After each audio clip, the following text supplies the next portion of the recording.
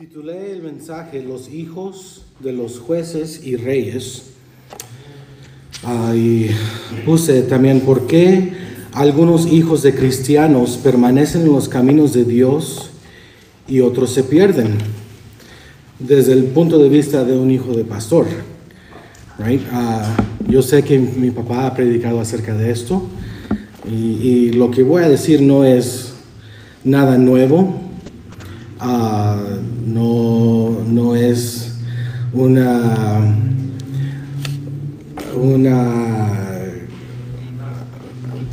algo nuevo que Dios me alumbró a mí, right? No, son cosas, principios bíblicos, cosas que encontramos en la Biblia que hemos escuchado, especialmente si usted ya ha pasado tiempo en esta iglesia. Le garantizo, le aseguro que usted ya lo ha escuchado. El pastor ha predicado acerca de esto muchas veces. Y no nomás aquí, pero en reuniones juveniles, en campamentos, en conferencias. Lo hemos escuchado mucho. Pero quise predicar acerca de esto y dar quizás desde el punto de vista de un hijo de pastor, por qué algunos hijos de cristianos permanecen en los caminos de Dios y otros se pierden. Lo vemos más y más cada día y en estos años en nuestra iglesia especialmente, que muchos jóvenes no permanecen, no se quedan, se pierden, se van. Y quiero ver la historia de estas familias. En estos 4 pasajes vimos un resumen de las historias de estos hijos de jueces y de reyes de Israel. Los hijos de Elí, Ofni y Finees, los hijos de Samuel, Joel y Abías, Jonatán, el hijo de Saúl, y Amnón, el hijo de David. La Biblia nos cuenta solo un poquito de ellos, quizás un poquito más, encontramos un poquito más de la historia de Jonatán, pero no nos cuenta mucho de ellos, sí nos cuenta mucho acerca de sus padres. Algunos de estos hijos permanecieron en los caminos de Dios, teniendo victorias, siendo usados por Dios, mientras otros, aunque pareciera que permanecieron y que estaban involucrados en la obra de Dios, sirviendo, terminaron fracasados y fuera de los caminos de Dios. ¿Cuál fue la razón? ¿Por qué?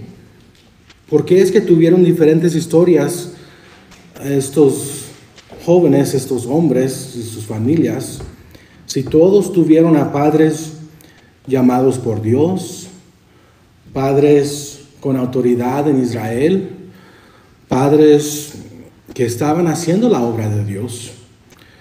¿Cuál fue la causa de que algunos se quedaron en los caminos de Dios y otros se perdieron? Empecemos con Ofni y Finees, los hijos de Elí, y veamos un poquito más acerca de ellos. Abra ahí en 1 Samuel, vaya al capítulo 2. Voy a leer en el versículo 22, en 1 Samuel capítulo 2.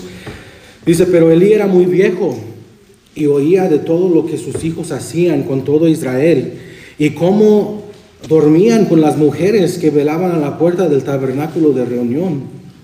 Y les dijo: ¿por qué hacéis cosas semejantes? Porque yo oigo de todo este pueblo vuestros malos procederes. No, hijos míos, porque no es buena fama lo que yo oigo, pues hacéis pecar al pueblo de Jehová. Si pecare el hombre contra el hombre, los jueces le juzgarán. Mas si alguno pecare contra Jehová, ¿quién rogará por él? Pero ellos no oyeron la voz de su padre, porque Jehová había resuelto hacerlos morir. Vemos aquí que Ofni y Finees eran sacerdotes, eran hombres que servían en el templo, servían en el tabernáculo. Ellos estaban ocupados, estaban envueltos, no eran cualquier hombres, ¿verdad? Versículo 3 de 1 Samuel 1, ahí dice: y todos los años aquel varón subía de su ciudad. Está hablando aquí de los padres de Samuel. Y subía aquel varón de su ciudad para adorar y para ofrecer sacrificio a Jehová de los ejércitos en Silo, donde estaban 2 hijos de Eli, Ofni y Finees, sacerdotes de Jehová. No eran jóvenes que estaban en malos caminos, que estaban con gente mala. Estaban ellos en el tabernáculo, eran sacerdotes, estaban sirviendo a Dios. Pero otra cosa que vemos de ellos, capítulo 2, versículo 12, que dice, los hijos de Elí eran hombres impíos. ¿Y qué dice ahí al final? Léalo conmigo. Versículo 12 del capítulo 2 de 1 de Samuel. Los hijos de Elí eran hombres impíos, léelo conmigo, y no tenían conocimiento de Jehová. No eran salvos. Ofni y Finehés no eran salvos. Hijos de Elí, hijos de un sacerdote, ellos mismos sacerdotes, obrando, sirviendo a Dios, pero no tenían conocimiento de Jehová. Otra cosa que vemos de ellos y de Elí, su papá, capítulo 3, versículo 12, brínquese allá. Y voy a estar leyendo muchos versículos, trate de no quedarse atrás. Capítulo 3, versículo 12, aquel día yo cumpliré contra Elí todas las cosas que he dicho sobre su casa, desde el principio hasta el fin, y le mostraré que yo juzgaré su casa para siempre por la iniquidad que él sabe, porque sus hijos han blasfemado a Dios y él no los ha estorbado. Elí no estorbó a sus hijos por su pecado. Más bien, en vez de estarlos estorbando y en vez de estarles insistiendo y diciendo, en vez de estarlos estorbando, más bien los honró antes que a Dios. Vaya ahí al capítulo 2 otra vez, versículo 27. Y vino un varón de Dios a Elí y le dijo, así ha dicho Jehová, ¿no me manifesté yo claramente a la casa de tu padre cuando estaban en Egipto en casa de Faraón?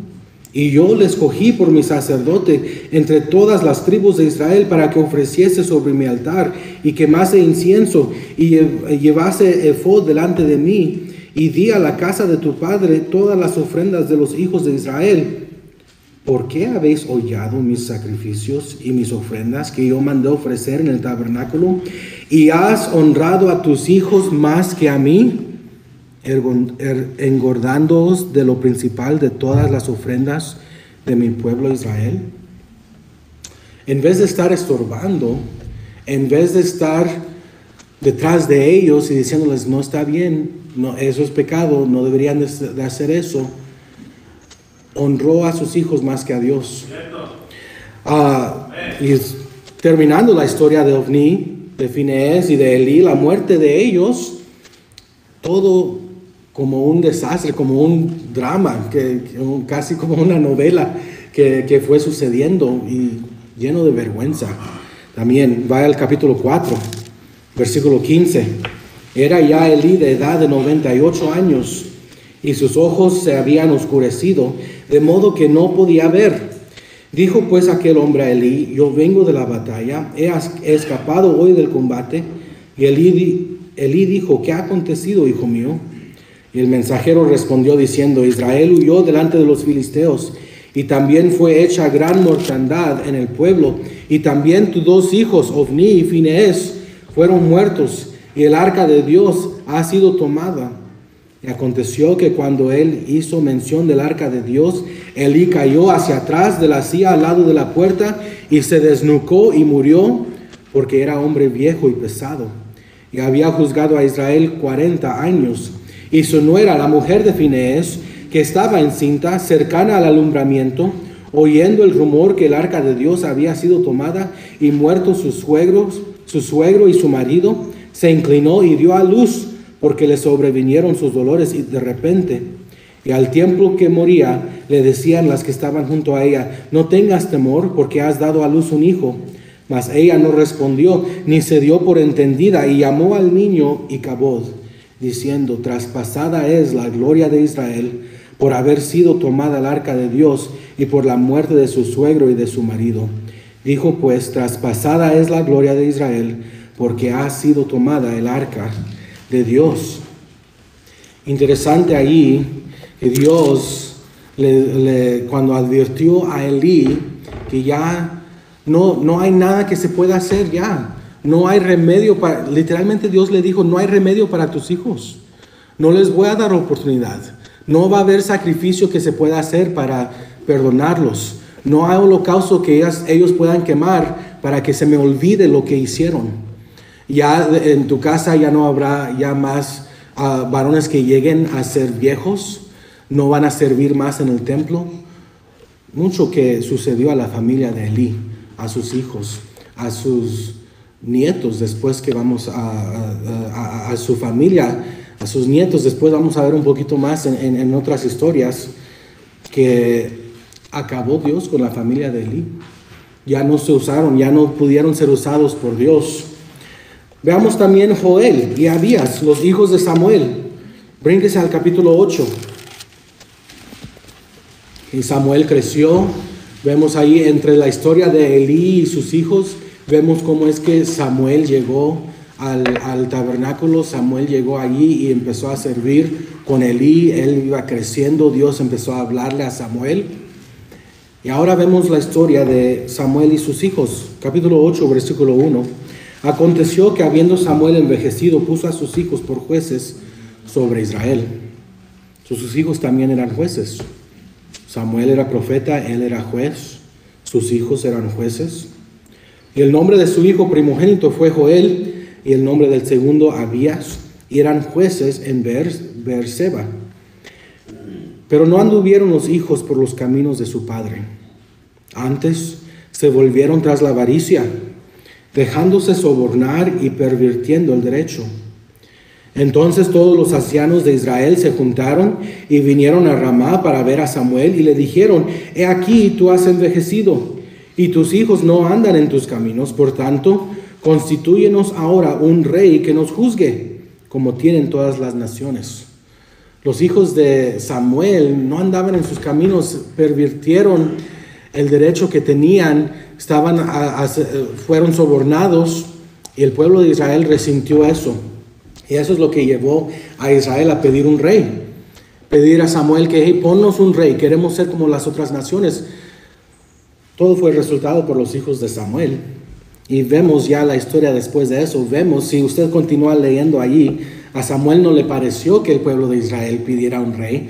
A Dios tampoco le pareció, pero Dios dijo: haz lo que pide el rey. Vemos ya la historia después de eso, lo que sucede con todos los reyes en Israel, todo lo que había sucedido. Pero vemos que eran jueces, no anduvieron por los caminos de sus padres. Estamos ahí con Joel y Abías, los hijos de Samuel. Eran avaros.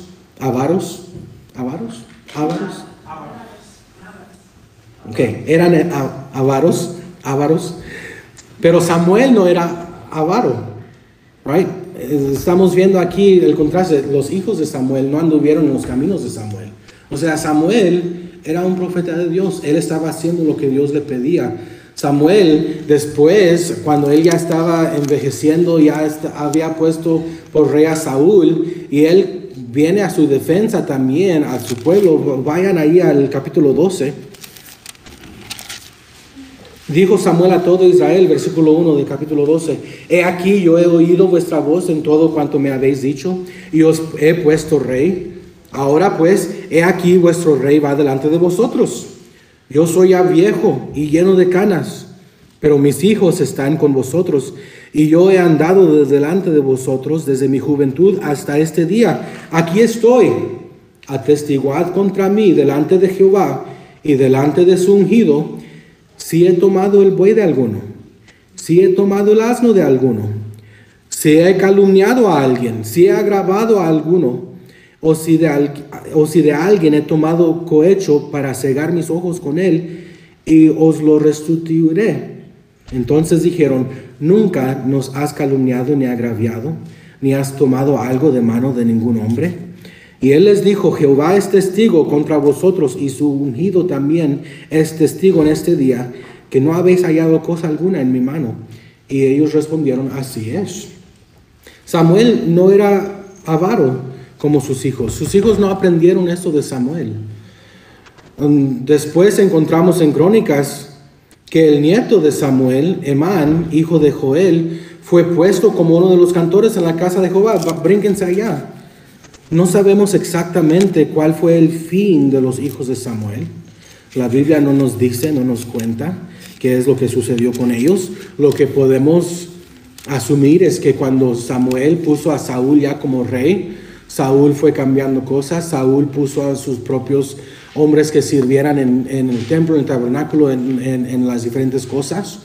Y ya los hijos de Samuel pues quedaron atrás, ya no participaron. Pero aquí en Primera de Crónicas sí vemos que mencionan otra vez al hijo de Samuel, a Joel, y mencionan a su nieto de Samuel, capítulo 6, versículo 31. Estos son los que David puso sobre el servicio de canto en la casa de Jehová, después que el arca tuvo reposo. Versículo 32. Los cuales servían delante de la tienda del tabernáculo de reunión en el canto, hasta que Salomón edificó la casa de Jehová en Jerusalén. Después estuvieron en su ministerio según su costumbre. Versículo 33. Estos pues con sus hijos ayudaban. De los hijos de Coat, el cantor Emán, hijo de Joel, hijo de Samuel. Obviamente, los hijos de Samuel andaban mal, right? Fueron sobornados, eran ávaros, el pueblo de Israel los rechazó, no quiso estar bajo el liderazgo de ellos, eran jueces, ellos estaban a cargo del pueblo. El pueblo de Israel los rechazaron, pero años después vemos que el nieto de Samuel, el hijo de Joel, David lo puso como un cantor en el tabernáculo. Estaba sirviendo a Dios otra vez en el tabernáculo. Quizás puede ser que Joel se arrepintió, quizás, y cambió su manera de ser, volvió a servir a Dios, quizás volvió otra vez a estar en los caminos de Dios, no lo sabemos, pero sí vemos aquí el nieto de Samuel que estuvo allí. Veamos ahora a Jonatán. Regresa a Primera de Samuel. Sígueme, no se vaya a perder, quédese conmigo, ¿ok? Voy a llegar ahorita a qué es lo que podemos aprender de estas historias y cómo aplicarlo. Pero Primera de Samuel 14. Vamos a leer ahí en el versículo 1. Veamos ahora Jonatán, el hijo de Saúl.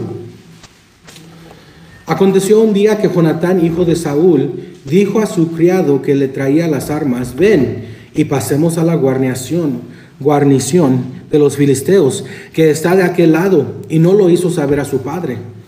Y Saúl se hallaba al extremo de Gabaa, debajo de un granado que hay en Migrón, y la gente que estaba con él era como 600 hombres. Y Ahías, hijo de Ahitob, hermano de Icabod, ¿se acuerdan de ese nombre? Hijo de Finees, hijo de Eli, sacerdote de Jehová en Silo. Él llevaba el efod.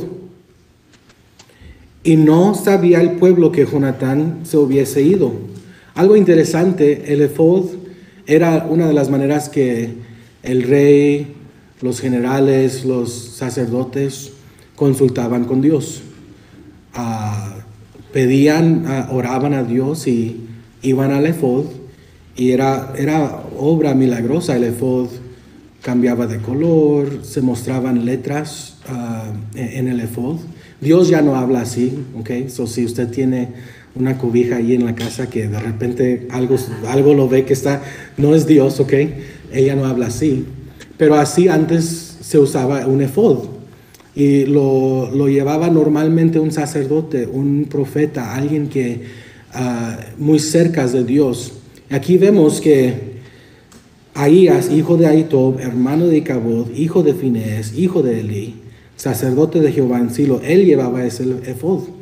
Pero no sabían que Jonatán se había ido, no sabían lo que estaba sucediendo. O sea que Dios no estaba hablando por medio de Ahías, hijo de Ahitob, hermano de Finees, hijo de Icabod. Dios de veras que sí, no, él dejó de usar esa familia, ya no los estaba usando. Pero continuamos, estamos con Jonatán todavía. Versículo 4. Y entre los desfiladeros por donde Jonatán procuraba pasar a la guarnición de los filisteos, había un peñasco agudo de un lado y otro del otro lado. El uno se llamaba Boses y el otro Cené. Uno de los peñascos estaba situado al norte hacia Micmas y el otro al sur hacia Gabaa. Dijo pues Jonatán a su paje de armas: ven, pasemos a la guarnición de estos incircuncisos. Quizá haga algo Jehová por nosotros, pues no es difícil para Jehová salvar con muchos o con pocos. Y su paje de armas le respondió: haz todo lo que tienes en tu corazón, ve, pues aquí estoy contigo a tu voluntad. Dijo entonces Jonatán: vamos a pasar a esos hombres y nos mostraremos a ellos. Si nos dijeren así: esperad hasta que lleguemos a vosotros, entonces nos estaremos en nuestro lugar y no subiremos a ellos.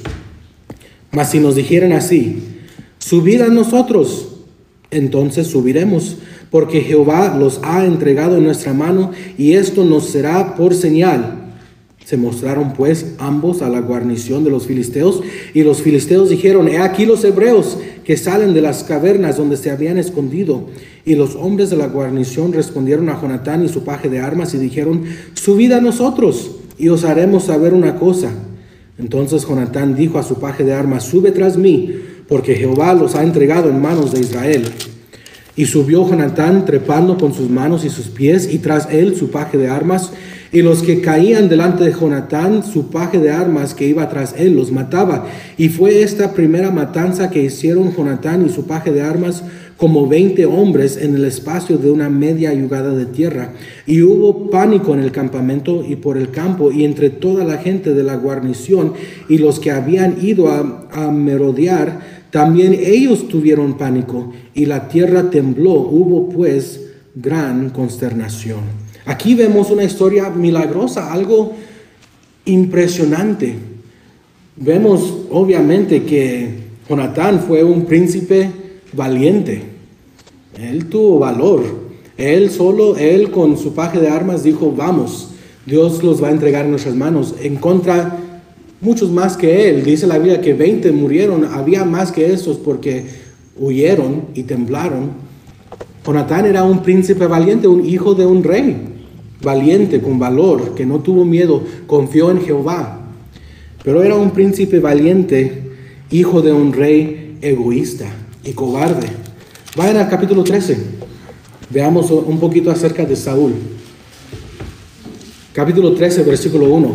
Había ya reinado Saúl 1 año, y cuando hubo reinado 2 años sobre Israel, escogió luego a 3,000 hombres de Israel, de los cuales estaban con Saúl 2,000 en Micmas y en el monte de Betel, y 1,000 estaban con Jonatán en Gabaa de Benjamín, y envió al resto del pueblo cada uno a sus tiendas. Y Jonatán atacó a la guarnición de los filisteos que había en el collado, y lo oyeron los filisteos. E hizo Saúl, miren lo que hizo Saúl después de que su hijo va y ataca a la guarnición. E hizo Saúl tocar trompeta por todo el país, diciendo: oigan los hebreos. Y todo Israel oyó que se decía: Saúl ha atacado a la guarnición de los filisteos. Y también que Israel se había hecho abominable a los filisteos. Y se juntó el pueblo en pos de Saúl en Gilgal. Versículo 5. Entonces los filisteos se juntaron para pelear contra Israel. 30,000 carros, 6,000 hombres de a caballo, y pueblo numeroso como la arena que está a la orilla del mar. Y subieron y acamparon en Micmas al oriente de Betavén. Cuando los hombres de Israel vieron que estaban en estrecho, porque el pueblo estaba en aprieto, se escondieron en cuevas, en fosos, en peñascos, en rocas y en cisternas. Y algunos de los hebreos pasaron el Jordán a la tierra de Gad y de Galaad, pero Saúl permanecía aún en Gilgal, y todo el pueblo iba tras él temblando. Jonatán, hijo de Saúl, príncipe valiente, príncipe de valor, pero hijo de un rey egoísta y cobarde. También otra cosa que vemos de Jonatán es que él fue desobediente, igual como su padre fue desobediente. Capítulo 14, versículo 24. Síguenme, no se pierdan. No pierdan atención. Veo algunos que ya tienen sus ojos así. Okay, trate de poner, quédese conmigo, ¿ok? Versículo 24, capítulo 14.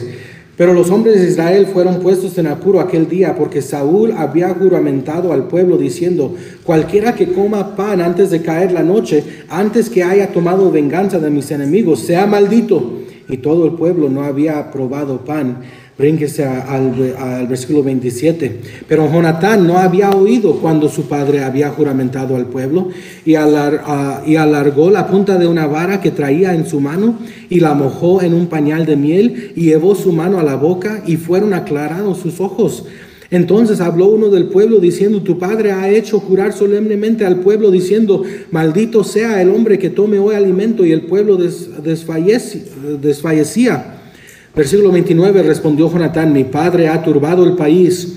Ved ahora cómo han sido aclarados mis ojos por haber gustado un poco de esta miel. Brínquese al versículo 43. Entonces Saúl dijo a Jonatán: declárame lo que has hecho. Y Jonatán se lo declaró y dijo: ciertamente gusté un poco de miel con la punta de la vara que traía en mi mano, ¿y he de morir? Y Saúl respondió: así me haga Dios y aún me añada, que sin duda morirás, Jonatán. Entonces el pueblo dijo a Saúl: ¿ha de morir Jonatán, el que ha hecho esta grande salvación en Israel? No será así, vive Jehová, que no ha de caer un cabello de su cabeza en tierra, pues que ha actuado hoy con Dios. Así el pueblo libró de morir a Jonatán. Y Saúl dejó de seguir a los filisteos, y los filisteos se fueron a su lugar. ¿Fue desobediente? Sí, veamos la desobediencia de Saúl, su obediencia incompleta. Ahí capítulo 15, veamos un poquito de Saúl. Capítulo 15, versículo 1. Después Samuel dijo a Saúl: Jehová me envió a que te ungiese por rey sobre su pueblo Israel. Ahora pues, está atento a las palabras de Jehová. Así ha dicho Jehová de los ejércitos: yo castigaré lo que hizo Amalec a Israel al oponérsele en el camino cuando subía de Egipto. Ve pues y hiere a Amalec y destruye todo lo que tiene, y no te apiades de él. Mata a hombres, mujeres, niños y aun los de pecho, vacas, ovejas, camellos y asnos.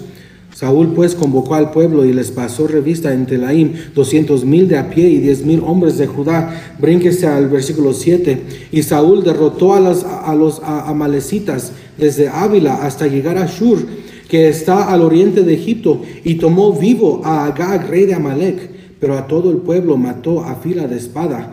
Y Saúl y el pueblo perdonaron a Agag y a lo mejor de las ovejas y del ganado mayor, de los animales engordados, de los carneros y de todo lo bueno, y no lo quisieron destruir, mas todo lo que era vil y despreciable destruyeron. Y vino palabra de Jehová a Samuel diciendo: me pesa haber puesto por rey a Saúl, porque se ha vuelto de en pos de mí y no ha cumplido mis palabras. Y se apesadumbró Samuel y clamó a Jehová toda aquella noche. Un hijo desobediente igual como su padre. Pero algo diferente que vemos de Jonatán, vaya al capítulo 18. O sea, estamos en 1 Samuel todavía. Capítulo 18, versículo 1. Una historia que todos conocemos. Aconteció que cuando él hubo acabado de hablar con Saúl, el alma de Jonatán quedó ligada con la de David, y lo amó Jonatán como a sí mismo. Y Saúl le tomó aquel día y no le dejó volver a casa de su padre. E hicieron pacto Jonatán y David, porque él le amaba como a sí mismo. Y Jonatán se quitó el manto que llevaba y se lo dio a David, y otras ropas suyas, hasta su espada, su arco y su talabarte. ¿Qué diferencia puede hacer un amigo bueno en la vida de un joven? ¿Verdad? Jonatán, un príncipe valiente, sí, no era perfecto, era desobediente también, pero luego conoce a David y se crea una amistad profunda, hasta hacen pacto. Él, como que Jonatán sabía que David iba a ser el próximo rey, que David iba a ser lo que seguía para el pueblo de Israel, y le mostró lealtad. Fueron amigos Jonatán protegió a David y David confió mucho en Jonatán. ¿Qué diferencia hace un amigo bueno en la vida de un joven? Pero también para mal. Eso lo vemos en la historia de Amnón, ¿verdad? Brinque esa 2 Samuel. Ya estamos con el último hijo, la última familia. 2 Samuel, capítulo 13.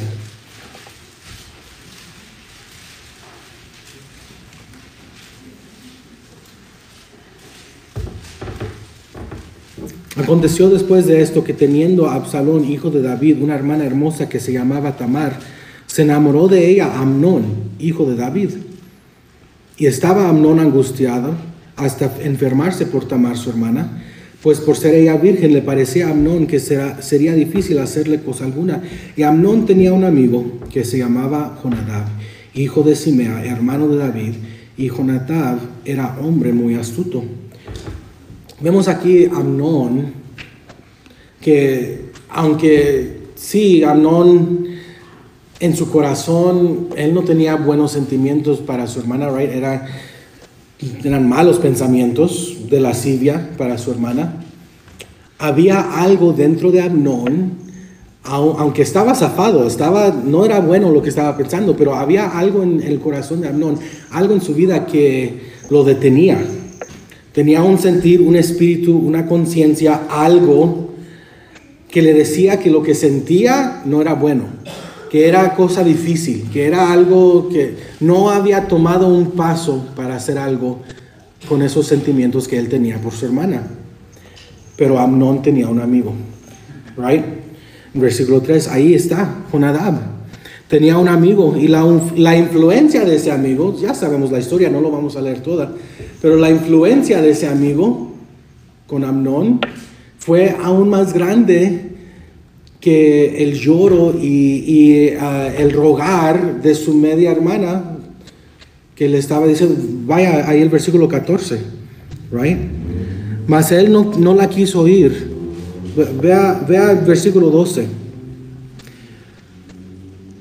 Ella entonces le respondió, no, hermano mío, no me hagas violencia, porque no se debe hacer así en Israel. No hagas tal vileza, porque ¿a dónde iría yo con mi deshonra? Y aún tú serías estimado como uno de los perversos en Israel. Te ruego pues ahora que hables al rey, que él no me negará a ti. Mas él no la quiso oír, sino que pudiendo más que ella, la forzó y se acostó con ella. La influencia de un amigo de Jonadab en la vida de Amnón fue aún mayor que su hermana rogándole, no hagas tal cosa, no lo hagas, no me hagas violencia, no va a ser bueno para ti, no va a ser bueno para mí, no lo hagas.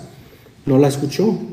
Hizo él aún lo que estaba en su corazón. ¿Por qué? Porque tuvo un amigo que lo influenció para mal. ¿Qué podemos aprender de estas 4 historias? Vimos a los hijos de Elí, los hijos de Samuel, Jonatán, el hijo de Saúl, y Amnón, el hijo de David. Primero, y aquí es donde voy a aplicar todo, hermanos. Escuchen bien. Son 8 puntos, pero voy a ir rapidito, ¿ok? El hecho que un joven siempre está en la iglesia no significa que todo ande bien. Joven, no te trates de engañar. Tú sabes lo que está en tu corazón. You know what really lies in your heart. You can fool your parents. You can fool the church. You can fool me. But you can't fool God. Yes, amen. And honestly, you can't really fool yourself. Padres, quizás pueda usted forzar a sus hijos a que estén en la iglesia con usted. Cada semana los puede traer y estar aquí. Pero ¿qué va a pasar cuando cumplan 18 años? Cuando se sientan con más libertad, cuando tengan autosuficiencia. El hecho que un joven siempre está en la iglesia no significa que todo ande bien. Número 2, un joven puede estar activo y envuelto en la iglesia. Puede estar en todos los servicios. Puede salir a ganar almas. Puede cantar en el coro. Puede cantar especiales. Puede servir en la guardería. Puede servir de ujier. Puede estar envuelto en todo lo que hay en la iglesia. Y aún así, no ser salvo. Lo vimos en los hijos de Elí, sacerdotes, pero no tenían conocimiento de Jehová. Padre, su primera prioridad debería ser asegurarse que sus hijos son salvos. La Biblia nos enseña tanto acerca de criar a nuestros hijos. Hay versículo tras versículo, ¿verdad? Los conocemos en Proverbios. Instruye al niño en su camino y aun cuando fuere viejo no se apartará de él. El que detiene el castigo a su hijo aborrece, mas el que lo ama desde temprano lo corrige. Lo castigarás con vara y librarás su alma del Seol. La vara y la corrección dan sabiduría, mas el muchacho consentido avergonzará a su madre. Corrige a tu hijo y te dará descanso y dará alegría a tu alma. Hoy, ayer creo, tenemos una tablita en la casa y está ese versículo en la tablita que dice ahí, corrige a tu hijo y te dará descanso y dará alegría a tu alma. Y creo que fue Sisi que le preguntó a mi esposa, ¿qué dice ahí en la tablita? Y se lo leyó a mi esposa y como que no le pareció muy bien a Sisi, pero es cierto, toda la instrucción que vemos en la Biblia está apuntando hacia eso, que nuestros hijos sean salvos. Ese es el propósito de estas instrucciones, right? En Salmo 127, he aquí, herencia de Jehová son los hijos, cosa de estima el fruto del vientre. Como saetas en mano del valiente, así son los hijos ávidos en la juventud.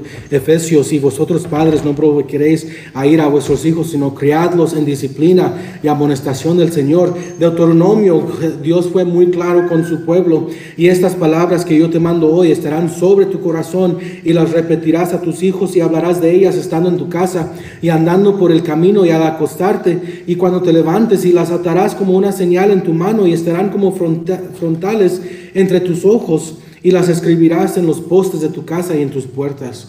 Y si no fuera mucho, lo vuelve a repetir en el capítulo 11. Por tanto, pondréis estas mis palabras en vuestro corazón y en vuestras almas, y las ataréis como señal en vuestra mano, y serán por frontales entre vuestros ojos, y las enseñarás a vuestros hijos, hablando de ellas cuando te sientes en tu casa, cuando andes por el camino, cuando te acuestes y cuando te levantes. La Biblia nos enseña tanto acerca de criar a nuestros hijos, y toda esa instrucción tiene como meta, tiene como fin, nos está apuntando y nos impulsa hacia un propósito: que nuestros hijos sean salvos, que la siguiente generación levante los principios bíblicos que tenemos nosotros y continúe ellos en esos principios, llevando esos principios y enseñando esos principios a sus hijos y a la siguiente generación y a la siguiente generación. Nuestra primera prioridad debería ser que nuestros hijos sean salvos. Mira, yo me acuerdo a los 4 años de edad, cuando mi papá, no me acuerdo de la fecha, no me acuerdo del día. Lo único que me acuerdo es que en la escuela, la maestra, yo tenía 4 años, la maestra nos estaba contando la historia de Jesús, nos estaba contando el evangelio, su muerte, su sepultura, su resurrección, y nos explicó cómo todos necesitábamos a un Salvador, que si moríamos sin Cristo íbamos a ir al infierno.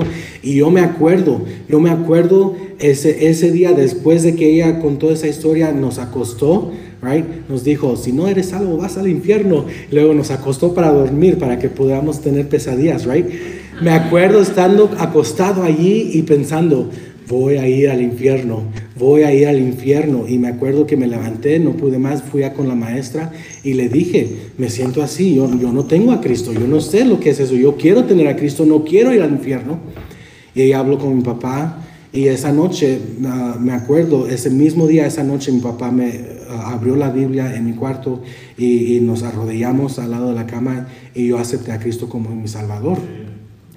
Pero años después, aquí en la escuela, estaba yo en Rio Grande Christian Academy, creo que estaba en el 6º grado, tenía 12 o 13 años, 14 años, ya no me acuerdo exactamente bien, pero sí sé que estaba en el 6º o en el 7º grado, y en un capilla el hermano Button predicó, y yo sentía convicción, y yo sabía que algo no estaba bien, que yo tenía que arreglar eso. No estaba dudando, no estaba 100% seguro, yo me acordaba de la decisión que tomé cuando tenía 4 años de edad, y yo crecí en la iglesia. Yo no tengo memorias antes de la iglesia, mis primeras memorias son de la guardería. No me acuerdo no haber estado en la iglesia. Yo crecí en la iglesia.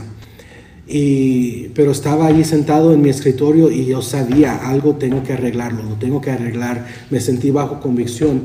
Y ahí ese día yo fui otra vez con el principal, con el hermano Wooden, y él me oró conmigo y yo me aseguré de mi salvación.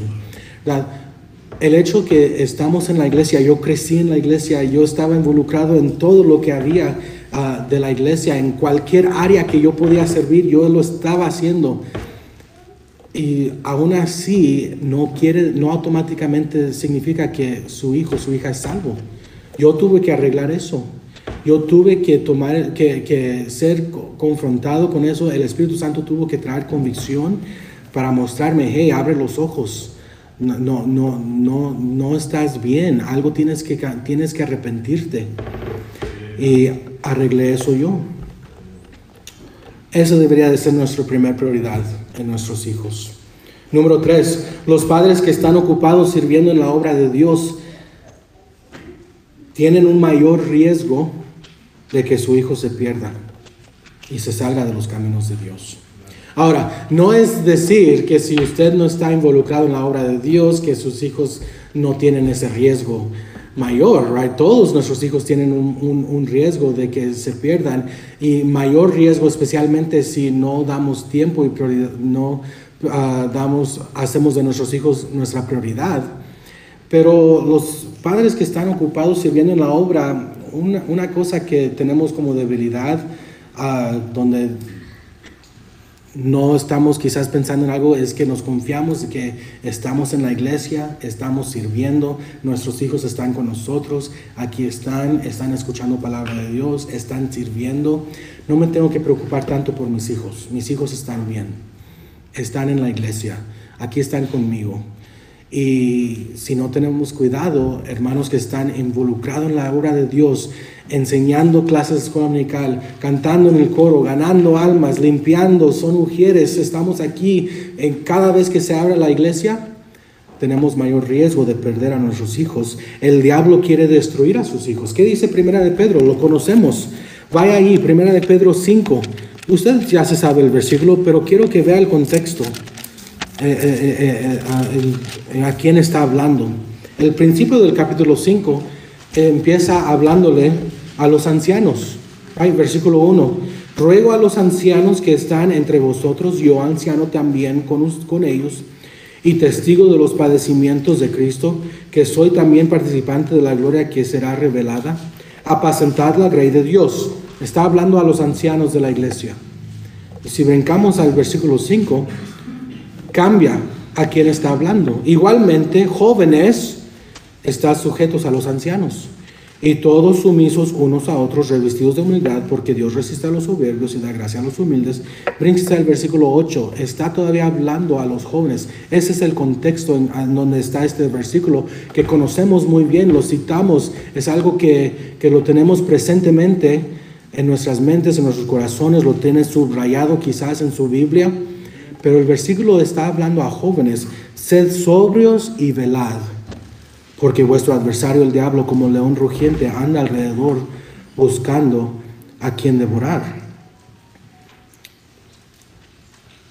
El diablo está buscando a nuestros hijos.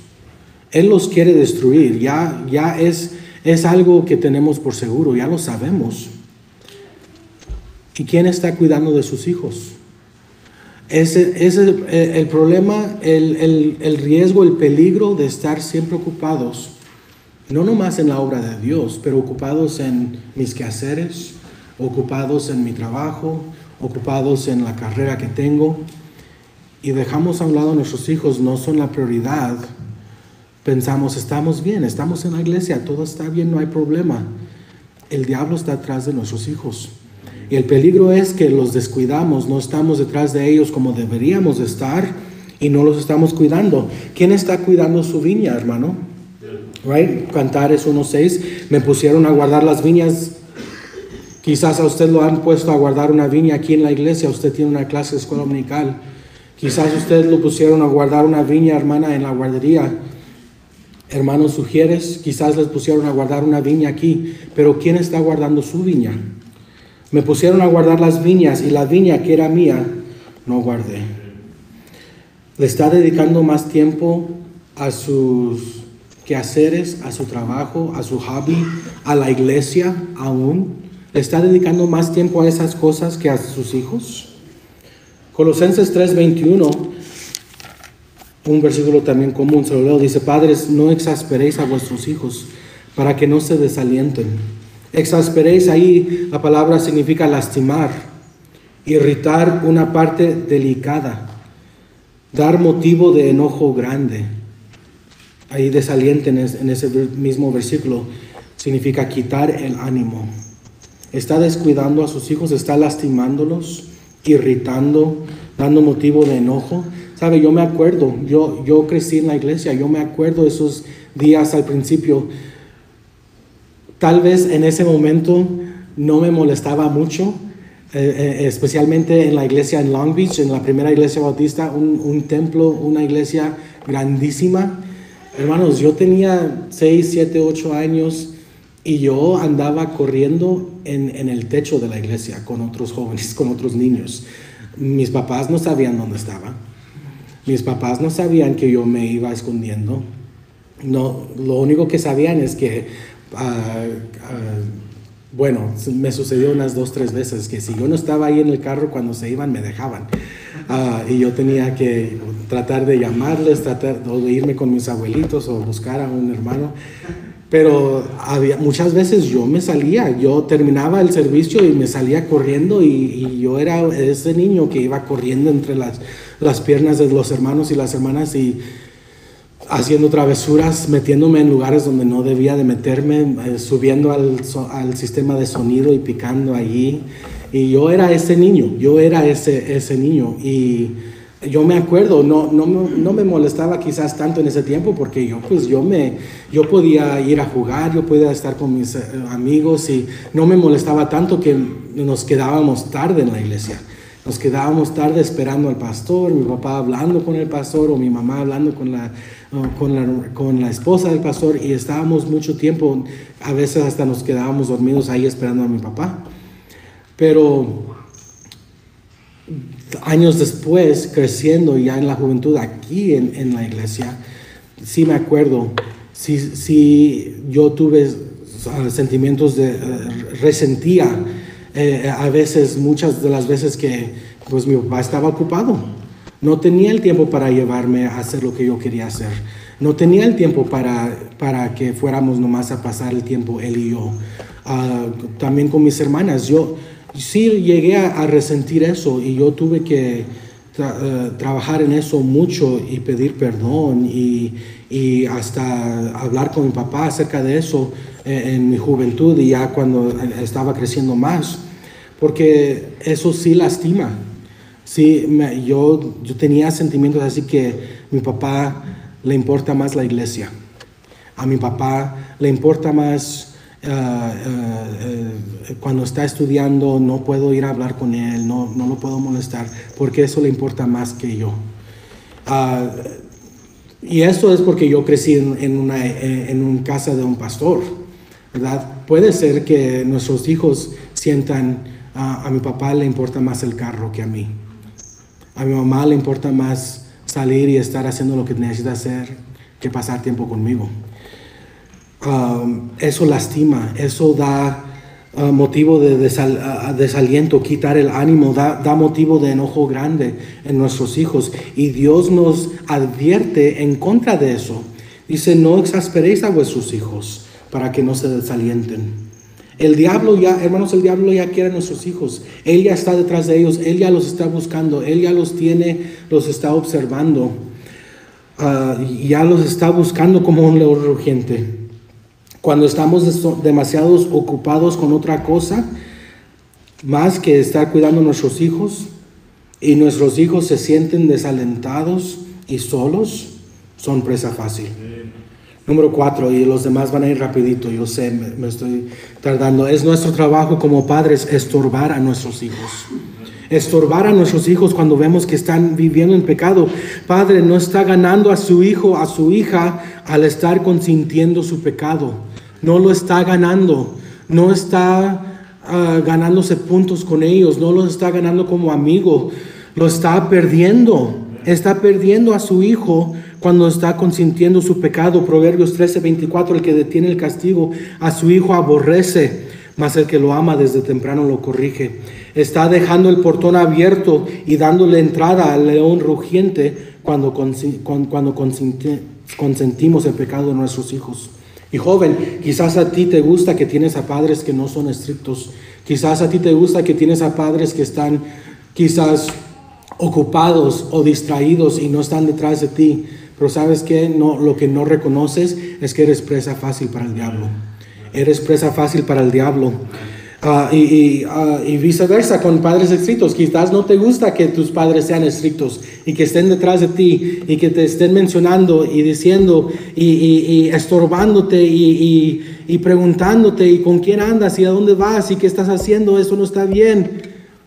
Pero ¿sabes qué? Lo necesitas. Porque ese es el trabajo de nosotros como padres, es estorbar. Ya vemos lo que sucedió con los hijos de Elí. Número 5, debemos tener mucho cuidado con la influencia de los amigos, influencia de familiares, influencias de compañeros de trabajo en las vidas de nuestros hijos. Lo vemos en Amnón, lo vemos en la vida de Jonatán. Un amigo, un familiar, un conocido puede tener mucha influencia en la vida de nuestros hijos. Salmos 1:1, bienaventurado el varón que no anduvo en consejo de malos, ni estuvo en camino de pecadores, ni en silla de escarnecedores se ha sentado. Vaya a Proverbios capítulo 1, y son versículos que conocemos, pero leamos ahí Proverbios, el trabajo de un padre, lo que el padre debería de estar diciéndole a sus hijos y amonestándoles a sus hijos. Versículo 7, el principio de la sabiduría es el temor de Jehová. Los insensatos desprecian la sabiduría y la enseñanza. Oye, hijo mío, la instrucción de tu padre y no desprecies la dirección de tu madre, porque adorno de gracia serán a tu cabeza y collares a tu cuello. Hijo mío, si los pecadores te quisieren engañar, no consientas.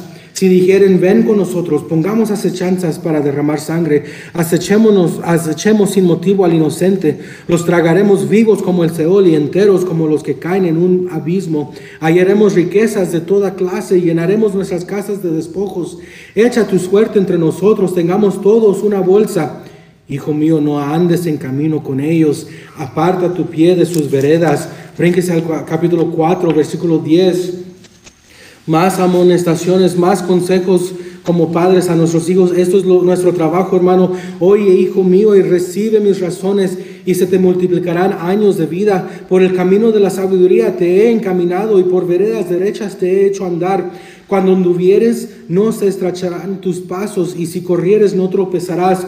Retén el consejo, no lo dejes, guárdalo, porque eso es tu vida. No entres por la vereda de los impíos, ni vayas por el camino de los malos. Déjala, no pases por ella, apártate de ella, pasa, porque no duermen ellos si no han hecho mal, y pierden el sueño si no han hecho caer a alguno, porque comen pan de maldad y beben vino de robos. Mas la senda de los justos es como la luz de la aurora, que van en aumento hasta que el día es perfecto. El camino de los impíos es como la oscuridad, no saben en qué tropiezan. Hijo mío, está atento a mis palabras, incline tu oído a mis razones. No se apartan de tus ojos, guárdalas en medio de tu corazón, porque son vida a los que las hallan y medicinas a todo su cuerpo. Sobre toda cosa guardada, guarda tu corazón, porque de él mana la vida. Eso es nuestro trabajo, hermanos padres, estar estorbando y diciendo y molestándolos y diciendo, no vayas allá, no vayas con ellos.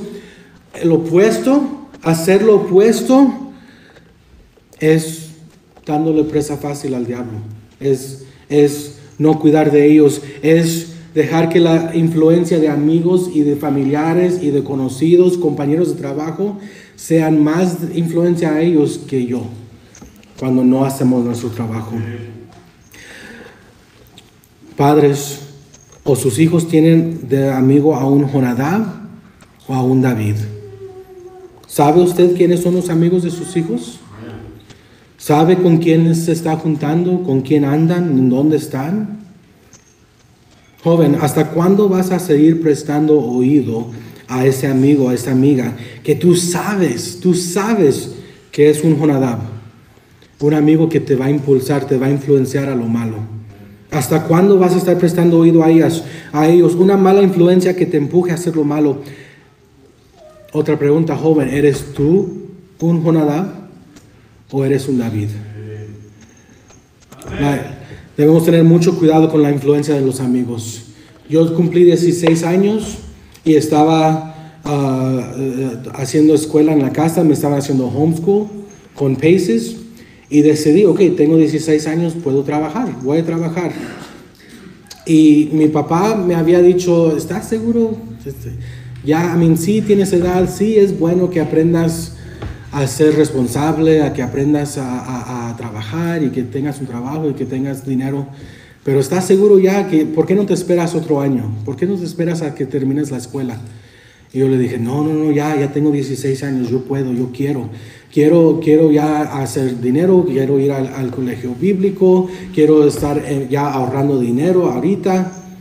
Y me dejó mi papá ir a trabajar y empecé a trabajar en una tintorería, sí, un dry cleaners. Y trabajé allí. Yo puedo correr todo una tintorería yo solo. Yo aprendí a hacerlo todo. Hasta llegué a que me dieran las llaves del lugar para llegar a las 5 de la mañana para aprender todo, empezar las máquinas, que se empiece ya la presión de las máquinas a subir para que se pueda planchar, lavar la ropa. Yo aprendí cómo quitarle las manchas a la ropa. Si usted necesita ayuda, yo sé qué usar para quitar la sangre, para quitar la tinta, yo sé todo eso. Aprendí a planchar los pantalones, las blusas, los vestidos. Yo aprendí a planchar un vestido de bodas y limpiarlo bien y que se quede bonito para el día de la boda y luego limpiarlo después de la boda y ponerlo en una caja y para guardarlo. Yo puedo manejar una tintorería completamente yo solo. Y le he dicho a mi esposa, si un día ya no tenemos qué hacer y no sabemos qué hacer y vamos a comprar una tintorería y hacemos eso. Pero yo aprendí todo, trabajé en eso por mucho tiempo y empecé a los 16 años de edad. Pero yo no estaba listo a los 16 años de edad. Yo empecé a trabajar y los compañeros de trabajo que tenía, hermanos, me hicieron llorar con la música que escuchaba. Porque yo no escuchaba música así del mundo. Yo crecí en mi casa, hijo de pastor. Yo no veía, no me dejaban ver los Simpsons, no me dejaban ver un montón de cosas. Yo no era expuesto a nada de eso y fui a trabajar a los 16 años de edad. Y lo que platicaban mis compañeros de trabajo, cosas ajenas que yo no sabía de nada de eso. La muchacha con que estaba trabajando yo una noche me dijo cómo le molestaba la música que ponían, porque a ella no le gustaba esa música y no me acuerdo qué música, creo que era country music o algo. Y le dije, pues está bien, pon la música que quieras, a mí no me va a molestar, yo estoy trabajando, yo estoy haciendo lo que tengo que hacer, si quieres pon tu música. Y ella dijo, ¿estás seguro? Tú no sabes lo que me gusta. Y le dije, sí, ponla, no me molesta. Y puso la música y era de heavy.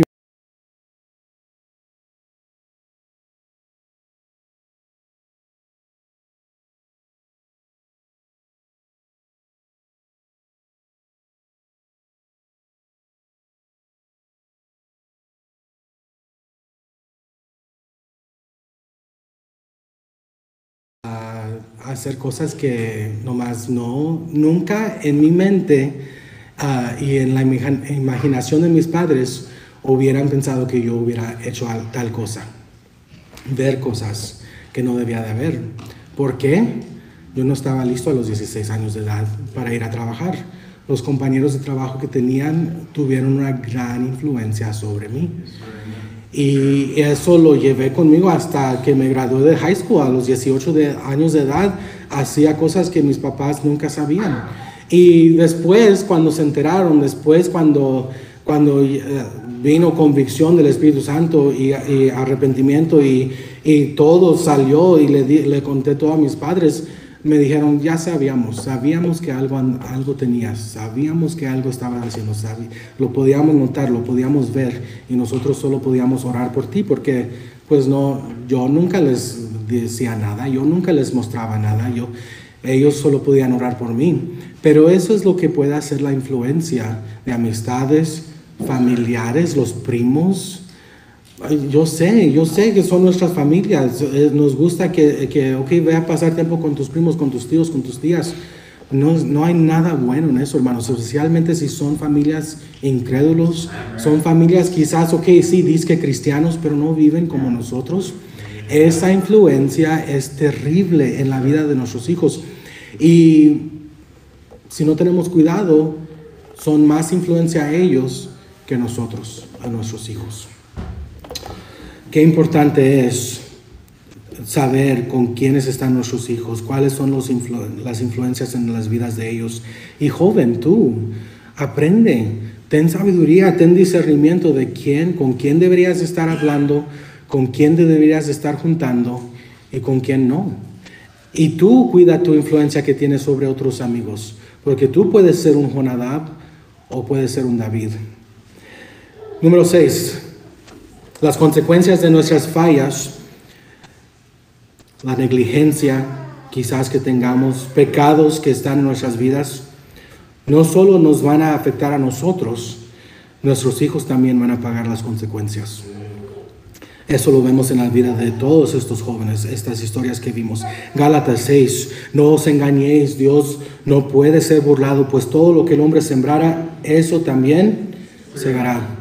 Porque el que siembra para su carne, de la carne segará corrupción, mas el que siembra para el espíritu segará vida eterna. Elí dio más honra a sus hijos que a Dios, y no estorbó a sus hijos por su pecado. David pecó con la mujer de Urías, y aunque se arrepintió, las consecuencias las vio en sus hijos, comenzando con el bebé de Betsabé que murió. Qué importante es cuidar mi caminar con Dios, mantener cuentas cortas con Dios, no tener pecados sin confesar, porque esas consecuencias, esas cosas que vienen, lo que segamos, por lo que sembramos, no nomás me va a afectar a mí, va a afectar a mis hijos, va a afectar a sus hijos, hermanos. ¿Cómo está su vida, hermano? ¿Cómo está su caminar con Dios? ¿Hay pecados sin confesar? Todos tenemos nuestros pecados a escondidas que nadie más sabe, nadie más se entera de eso. Y pensamos que no va a afectar nada, pensamos que no nos va a traer consecuencias, pero tarde que temprano, hermanos, las consecuencias vienen. Dios no puede ser burlado, dice la Biblia. Y no nomás me van a afectar a mí, van a afectar a mis hijos. Número 7. Nuestros hijos tienen la capacidad de ser mejores que nosotros o peores que nosotros, pero siempre serán lo que somos nosotros. Y las excepciones, sí hay excepciones, pero son raras. David cometió adulterio con Betsabé. Amnón forzó a su hermana a que se acostara con él. Absalón durmió con las mujeres concubinas de David. Iba como más peor, y más peor, y más peor de lo que hizo David. Y número 8 para terminar. Uno como padre puede hacer todo lo correcto, hacer todo lo posible por criar a nuestros hijos, seguir los principios bíblicos, enseñárselos a nuestros hijos, a hacer de ellos nuestra prioridad. Lo podemos hacer todo. Y aún así, es posible que un hijo se pierda. Lo más importante que pudiéramos hacer, y a veces lo único que podemos hacer, es orar.